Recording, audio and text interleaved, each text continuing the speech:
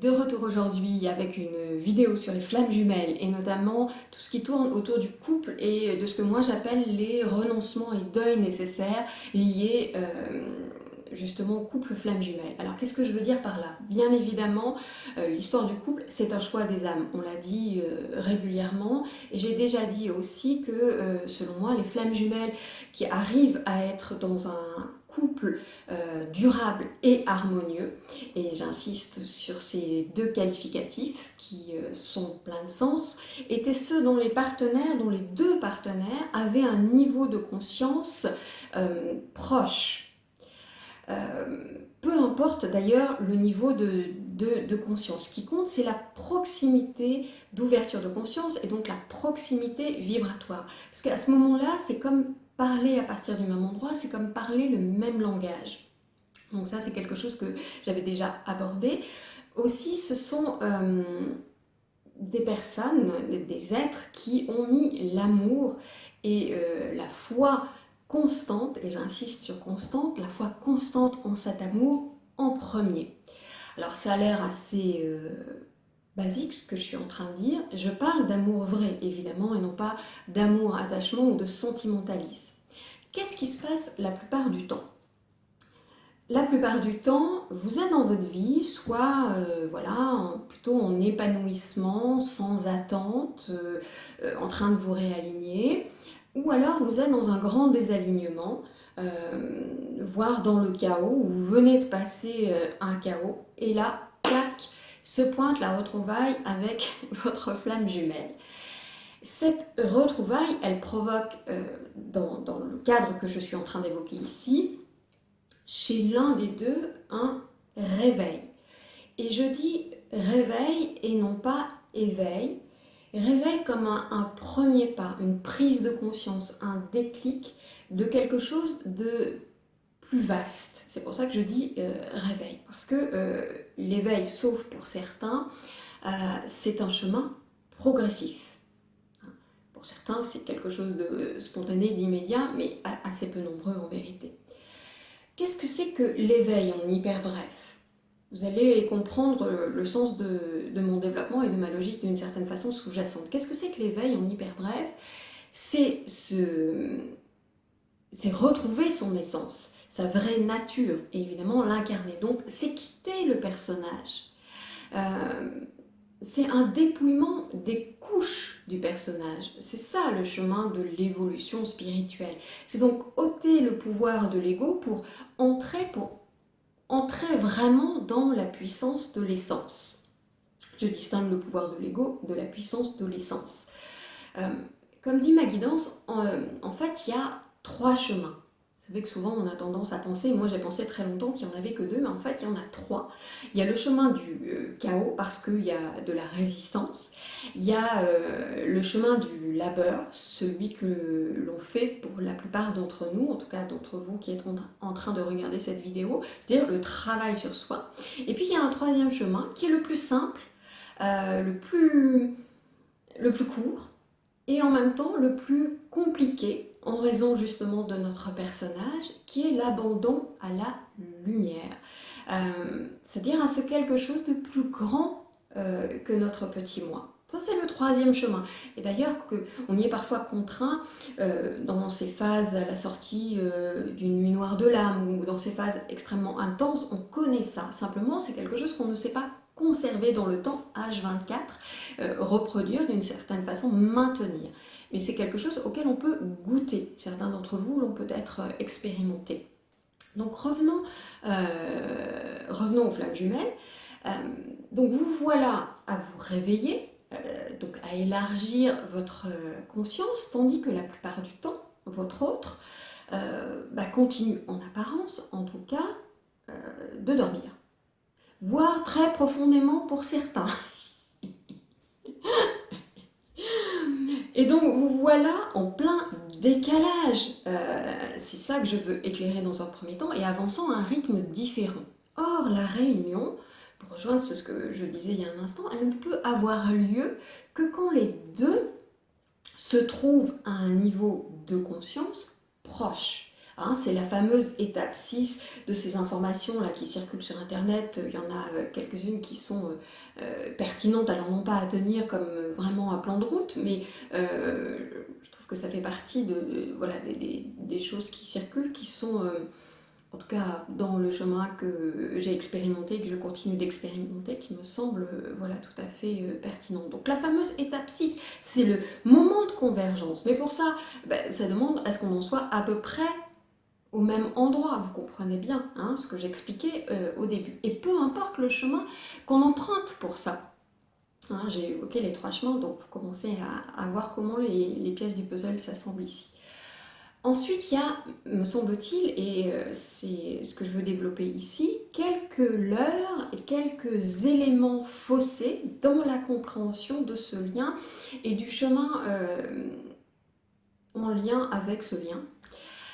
Tout d'abord, se dire éveillé tout en étant attaché au couple, à la réunion, tout en guettant le moindre signe, le moindre oracle, j'allais dire quelconque, et en dehors de soi, parce que tout ça, ça se passe en dehors de soi.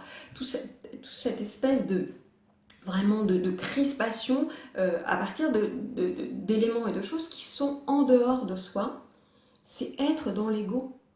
Hein, puisque dans l'attente, puisqu'en espoir, puisqu'en projection, puisqu'en attachement. C'est encore être dans le personnage, hein, en cours d'éveil, certes, mais pas éveillé.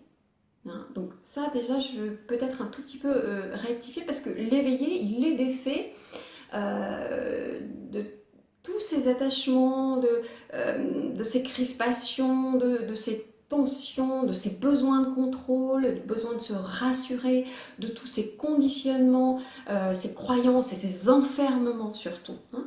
Cet amour flamme jumelle, il est fondé non pas sur les personnages. Et je veux vraiment insister là-dessus pour essayer d'éclairer ce que je suis en train de dire, qui peut-être peut apparaître inaudible là où vous en êtes, peu importe, ça fera son chemin. Cet amour flamme jumelle n'est pas fondé sur les personnages, puisqu'il est au-delà des personnages. Hein. C'est un amour à partir de nos essences. D'ailleurs, on le voit bien quand l'autre revient, quand il y a ces allers-retours, ce que l'on connaît tous, qui coince entre les deux. Très souvent, c'est l'ego ou les égos. C'est l'intervention du ou des personnages qui engendre alors un nouveau départ, une nouvelle fuite chez l'un ou chez l'autre. Hein. Si vous vous aimez à partir des personnages, ça colle pas. Ça colle pas longtemps.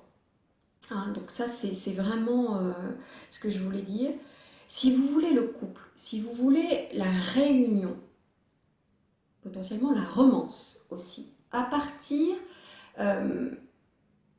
de votre personnage, ça colle pas. Si vous voulez le couple, si vous voulez la réunion, peu importe où vous en êtes de votre évolution, avec le personnage de l'autre, ça colle pas. Si vous voulez le couple, avec le personnage de l'autre, ça colle pas. Une parenthèse. Prenez un instant, demandez-vous pourquoi vous voulez son retour, le retour de votre autre. Pourquoi vous voulez le couple avec votre autre? Pourquoi vous voulez cet amour? Si vous avez répondu, quelque chose, et peu importe quoi, vous êtes dans le personnage. Vous êtes dans le personnage. Cet amour n'a besoin d'aucun parce que. J'ai dit pourquoi. Si vous avez répondu parce que, vous êtes dans le personnage. Cet amour n'a besoin d'aucun parce que, d'aucune raison quand il est basé sur l'essence. Il y a un deuil à faire, et c'est là que je voulais en venir, et même un triple deuil à faire selon moi. Le deuil de votre personnage. C'est cela le chemin d'évolution spirituelle, c'est faire le deuil de notre personnage. Doter toutes ces couches, qu'est-ce que c'est que ce dépouillement, si ce n'est une forme de mort, évidemment pour renaître, le deuil de votre personnage. Il y a le livre de Darpan, L'aventure intérieure, qui explique ça avec une très grande finesse. C'est pas facile à lire pour plein de monde. Je sais que je l'ai recommandé plein de fois. Et non pas qu'il soit inaccessible, il est écrit de manière très simple, très fine, très délicate, très acérée, je trouve, très aiguisée. Simplement, c'est très confrontant. Alors, je ne suis pas en accord avec tout ce que... enfin, en tout cas, je ne raisonne pas avec tout ce que livre Darpan, mais en tout cas, sur cette histoire de deuil de l'ego et du personnage, c'est vraiment très résonnant pour moi. Je vous invite à regarder ça si ça vous intéresse. Donc, le deuil de votre personnage. Le deuil du personnage de votre autre, auquel vous vous accrochez. Tout comme vous, c'est un décor de carton-pâte. C'est un rôle, c'est un masque. Ça n'est pas ce que votre autre est vraiment. Tout comme vous. Hein. Et le deuil de la relation tel que vous la projetez. Troisième deuil. C'est-à-dire à partir de l'union des deux personnages. Parce que c'est ça souvent la projection que l'on a. Donc il y a un deuil à faire de ça, de la projection de l'union des deux personnages. Parce que c'est, selon moi, d'abord et surtout l'union des deux vraies natures retrouvées, des deux pleins de soi. Peut-être il y en a qui disent, mais oui, mais bien sûr, c'est tellement évident ce qu'elle raconte. Ok, alors pourquoi en accompagnement? Pourquoi dans tout ce que je vois circuler, je vois tellement encore ça? Et pourquoi moi-même, j'ai évidemment expérimenté ça? C'est la projection des personnages, on est accroché au personnage, le nôtre et celui de notre autre. C'est ça qu'il convient, vous voyez, de regarder véritablement en face. Hein. Quel est le mécanisme d'un deuil si on prolonge ça? Le déni, la sidération, la colère, le marchandage, la tristesse et enfin l'acceptation. Et ça demande du courage, ça demande du cœur, de l'amour pour soi et pour l'autre. De la patience aussi parce que ça peut prendre du temps véritablement.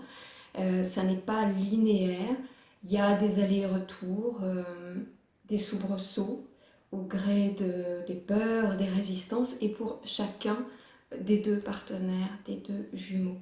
Hein. J'ai expliqué dans une ou deux vidéos le réveil de Philippe, ma flamme jumelle en 2017. Une brèche s'est ouverte. Tellement ouverte que spontanément, intuitivement, c'est comme s'il avait retrouvé une part de lui et il s'est mis à servir de passeur d'âme, à faire des soins à des proches. Alors je ne me suis pas emballée, hein, parce que j'aime autant vous dire que je le connais le mécanisme. Hein. Qu'est-ce qui s'est passé? Ben, son ego s'en est mêlé. Tellement mêlé qu'il y a eu comme un mouvement de balancier dans l'autre sens, dans l'autre extrémité, resserrant absolument tous les boulons, tous les verrous à double tour, tant qu'à faire, et provoquant bien évidemment en lui et autour de lui beaucoup de chaos et de souffrance, hein, notamment par la reprise de pouvoir par le biais, par le champ professionnel, hein, puisque Philippe, je l'ai dit quelquefois, il est chef d'entreprise, mais il n'a pas une entreprise, il est son entreprise. Seulement parce qu'il est une référence dans son domaine, mais parce que il s'est totalement assimilé à son entreprise. Il est confondu avec. Et donc son ego s'est servi de cela, hein, pour tenter de balayer cette brèche. Bon, sauf qu'il y a des brèches qui ne peuvent pas se fermer, car ce sont des rendez-vous avec soi. Donc, en tout cas, vous voyez que pour lui aussi, c'est entrer dans un deuil. Il faut bien comprendre que vous avez votre deuil, le deuil du personnage de votre autre que vous avez à faire, et puis lui aussi, il a son deuil. Donc chacun, ce deuil, c'est à chacun de le faire. On ne peut pas le faire à la place de l'autre pour quelqu'un d'autre. Hein. Même si vous le ressentez par vase communicant, ce qui a été mon cas, ce qui était d'autant plus douloureux parce qu'il y avait mon propre deuil. Je ressentais le deuil que Philippe entamait, qui était un deuil à un autre niveau que le mien. J'avais le deuil de son personnage auquel je m'étais aussi accrochée tacitement, de manière inconsciente à faire. Ça a été très violent intérieurement, bien évidemment. Il y a une image pour ça qui m'est venue à un moment donné du deuil et qui est très parlante tout en étant très violente, que je vous livre ici. Sur la table d'opération, en train de... C'est symbolique ce que je suis en train de dire. Sur la table d'opération, en train de perdre vie, et donc avec des moi autour qui essayent de le ramener à la vie, vous savez, avec des défibrillateurs, je crois, moi j'ai pas trop de connaissances, mais vraiment d'envoyer de l'énergie d'une certaine façon, et avec plusieurs moi autour, et qui disaient on est en train de le perdre, on est en train de le perdre, on est en train de le perdre, et vraiment de me démener, un des moi à se démener pour le ramener, et à un moment donné, ça le ramène, et puis à un moment donné, les appareils médicaux autour disent que c'est fini, que c'est plat. Et là, le deuil s'entame parce qu'il y a ce que je vous disais tout à l'heure, le déni, la sidération, mais c'est non, je veux pas. C'est comme quand on apprend le décès ou l'accident de quelqu'un, c'est non, je veux pas.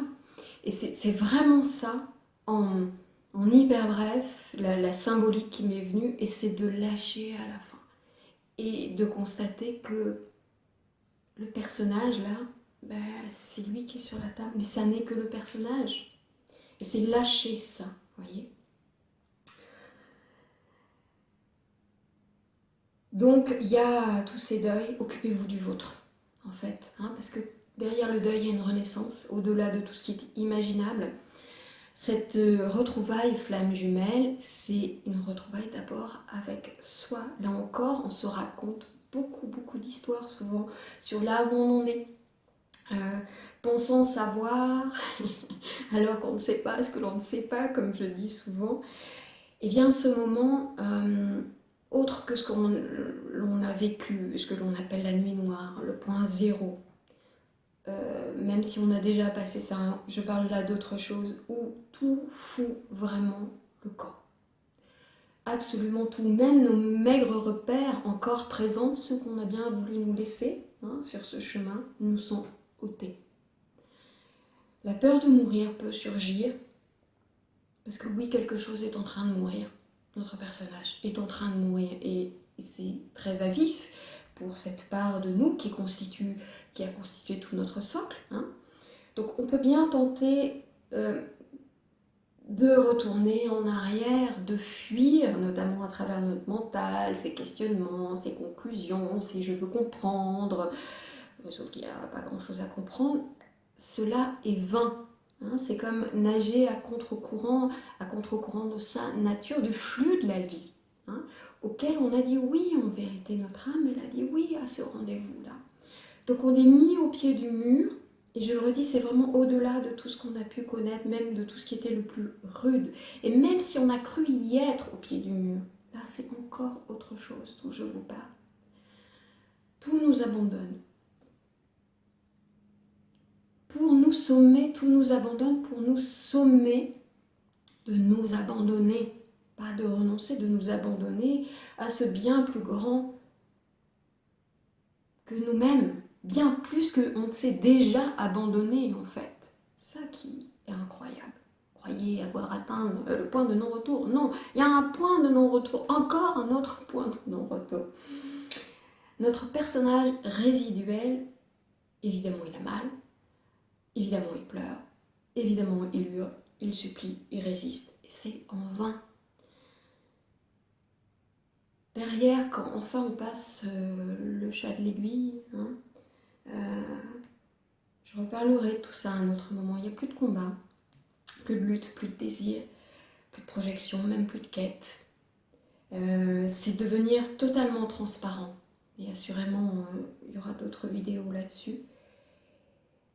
Et à ce moment, même la réunion n'a plus d'importance. Pas par résignation, pas par lassitude, parce qu'on est au-delà.